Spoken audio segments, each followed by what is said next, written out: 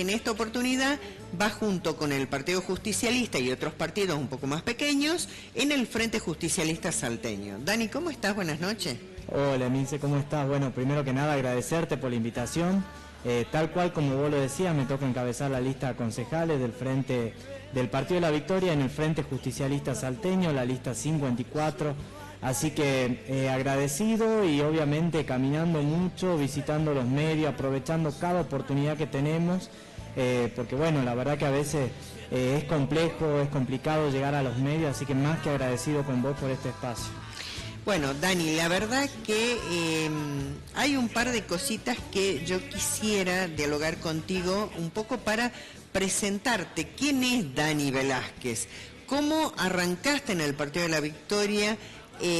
Porque sé que has tenido una vida laburante. Entonces, un poco contanos, ¿cómo fue la vida de Daniel Velázquez?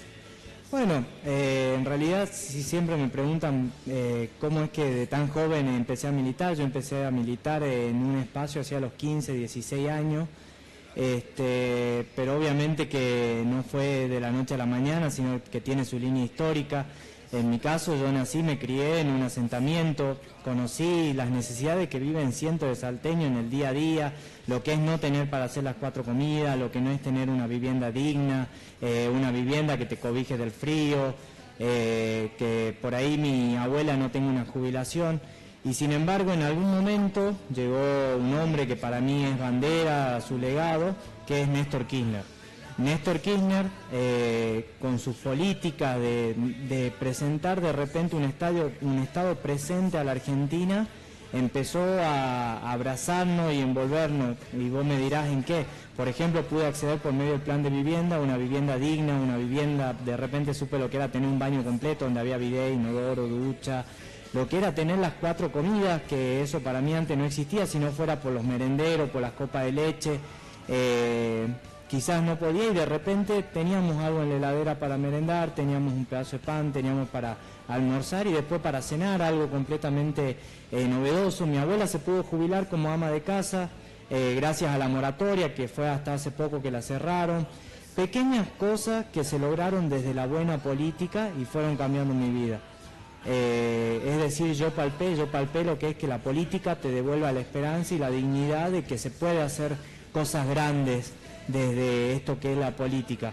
Fue así que en cuando tenía 16, 17 años, Cristina iba por su segunda reelección y hacía muy poco que se nos había ido Néstor y tenía esa necesidad imperiosa de militar, de salir a hacer algo, de devolver un poquito de todo lo que yo había recibido. ¿Estudiabas?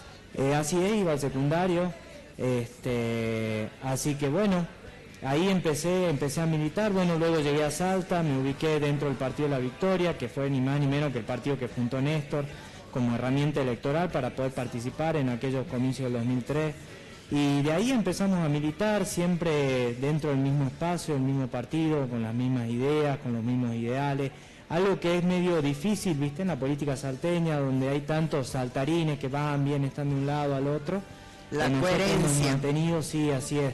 De mi parte una coherencia y al igual también desde el Partido de la Victoria una coherencia ideológica importante que me parece súper necesario dentro de la política. Ahora sí te tengo que preguntar, si bien no tenemos mucho tiempo, pero sí quiero que me des tu parecer respecto a algunos temas que creo son cruciales para el desarrollo de Salta como una ciudad cosmopolita, que hoy es la 5ª ciudad a nivel país, a nivel nacional, la 5ª ciudad por cantidad de habitantes, la 5ª ciudad más grande del país, con un altísimo índice de pobreza y de desocupación o subocupación, ¿no? Lo que se conoce como trabajo en negro.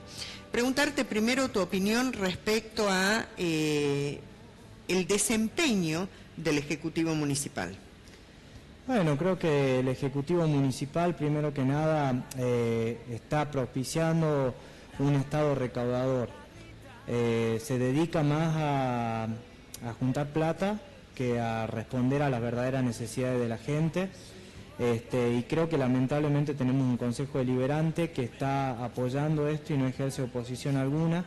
Por eso considero necesario y es uno de los puntos que a mí me impulsa a querer ocupar una banca. Creo que tenemos una ciudad en donde falta mucho discusión política, que se discuta un poco de las decisiones que se toman. Cuando te hablaba de esto del Estado recaudador, es algo que nos afecta a los salteños en el día a día, que es la suba de impuestos, los impuestazos. Recordemos que el intendente llegó bajo la promesa de no subir ningún impuesto.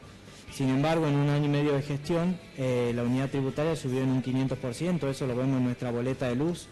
Vemos el total y abajo en el detalle vemos que el 60, a veces el 60%, un poquito más de la boleta son impuestos municipales, y esto nos afecta en el día a día, porque además esto se suma de por sí ya a la motosierra del loco que tenemos de presidente, que vino y cortó con los subsidios, cortó con los subsidios a la energía eléctrica, al gas, todo eso encima nos meten un impuestazo municipal. Sin contar también todas las metodologías que hay para juntar plata, la fotomulta y todas estas cuestiones que están en pleno auge y debate hasta el día de hoy, y sin embargo toda esa plata no se ve reflejada en el día a día de los ciudadanos y vecinas de Salta. Bueno, pero ahí hay que hacer una aclaración, ¿no? La fotomulta está vigente gracias al Consejo Deliberante, porque fue aprobado en el Consejo Deliberante, no fue solo el intendente, ¿no? No, totalmente, por eso todo de lo que venimos hablando pasa por el Consejo Deliberante. El aumento de la unidad tributaria ha pasado por el Consejo Deliberante, el impuestazo pasa por el Consejo Deliberante, todas las decisiones que toma el Ejecutivo Municipal pasan por el Consejo Deliberante y sin oposición alguna. Es como que, como te decía recién, no hay discusión política. Pasó hace poco que se trató el tema de los Uber, de los taxistas, de las aplicaciones y el servicio tradicional de taxistas y remises. Es a tal punto la falta de discusión que hay, que había dos concejales que no estaban del todo de acuerdo con esto y prefirieron no presentarse a la votación antes que dar discusión dentro del recinto. Y no, necesitamos que los concejales discutan, muestren punto de vista, nos representen. Cuando hablamos de las funciones de los concejales, hablamos obviamente primero legislar, que es hacer ordenanza, es todo lo que tiene que ver con legislación. Después tener lo que es controlar y fiscalizar. Y el tercer punto es representar. Tenemos un Consejo Deliberante que no representa a la ciudadanía, sumado a la crisis de representatividad que de por sí tiene la política de Salta. Pero tenemos concejales que no te visitan un barrio. Uno sale a la calle, podemos salir acá abajo a hablar con cualquier vecino y no saben el nombre ni siquiera de 3 concejales.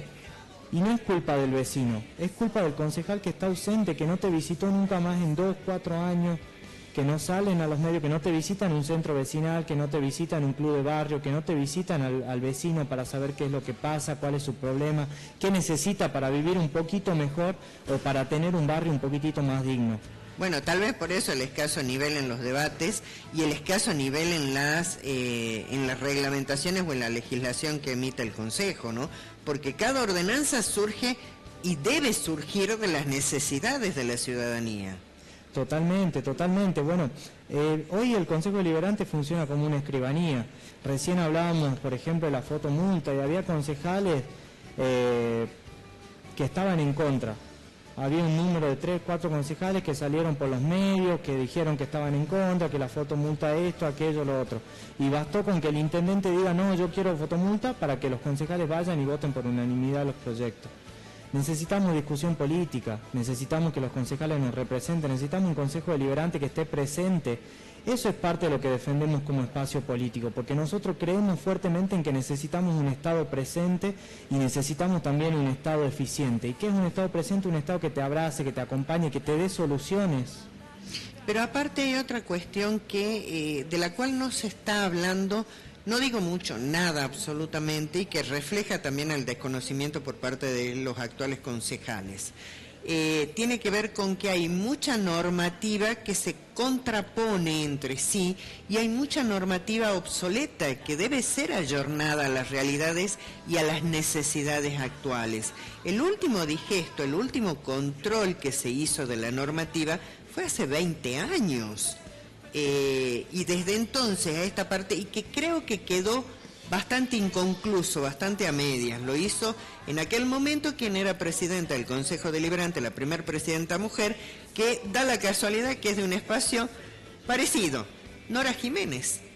Nora hizo, yo recuerdo todavía en esa época, yo todavía gustaba de ir a los debates del Consejo Deliberante, de la legislatura, porque tenían una altura y un nivel de discusión política, de ideales, de ideología, de qué tipo de ciudad queremos, que daba gusto ir. Y a veces nos quedábamos hasta las 5 o 6 de la mañana porque los debates se extendían. El caso de, recién hablábamos de Uber, bueno, el caso de los remises, las remiseras, tuvo un debate que duró hasta las 6 de la mañana, yo no me olvido. Bueno, desde entonces no hubo más análisis de la normativa. El digesto, no sé si se fue incorporando toda la normativa de manera automática, y los concejales, si yo les pregunto hoy normativas sobre determinados temas, como puede ser el tema de la recolección de residuos y la disposición en origen, o la separación en origen de los residuos, te puedo asegurar que la mayoría desconocen la ordenanza que existe. Hay una ordenanza que está vigente. El tema es que si no la conocen, ni siquiera la ponen en práctica. No, totalmente, totalmente. Bueno, creo que tenemos una política muy espectacularizada, en donde en lugar de primar los actores sociales, actores políticos que tenemos, que se van formando en los diferentes partidos políticos, se opta por incorporar personajes de diferentes ramas, sea de la música, sea del periodismo, sean de diferentes espacios. Bueno, dentro de todo el periodismo está al tanto, pero sí tenemos otros casos. Por otro lado, también me parece que esta elección vamos a tener algo muy importante, que es la elección también de los convencionales constituyentes. Vos recién mencionabas de esto del digesto, se hizo hace 20 años. Bueno, hace más de 30 años no se modificaba tampoco la Carta Orgánica. Teníamos una Carta Orgánica, tenemos todavía actualmente caucásica, que no coincide en nada con la realidad que hoy tenemos, la realidad que hoy tienen los barrios. Esa Carta Orgánica se pensó cuando no teníamos ni la mitad de los barrios que hoy tenemos.